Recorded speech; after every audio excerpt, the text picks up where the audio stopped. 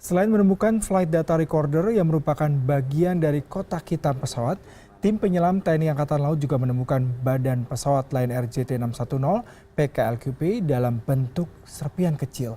Namun badan pesawat sudah dalam kondisi tidak utuh.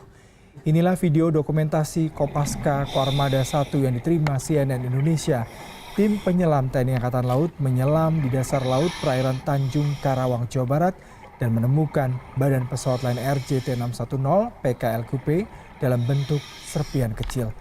Badan pesawat yang ditemukan diperkirakan mesin pesawat Boeing 737 MAX 8. Titik jatuhnya badan pesawat berada di kedalaman 25 hingga 35 meter. Menurut Komandan Satuan Tugas SAR Kolonel Iswarto, sejumlah jenazah penumpang juga ditemukan tak jauh dari puing-puing pesawat. Tim penyelam segera mengangkat puing pesawat Lion Air sebelum tertimbun lumpur di dasar permukaan laut.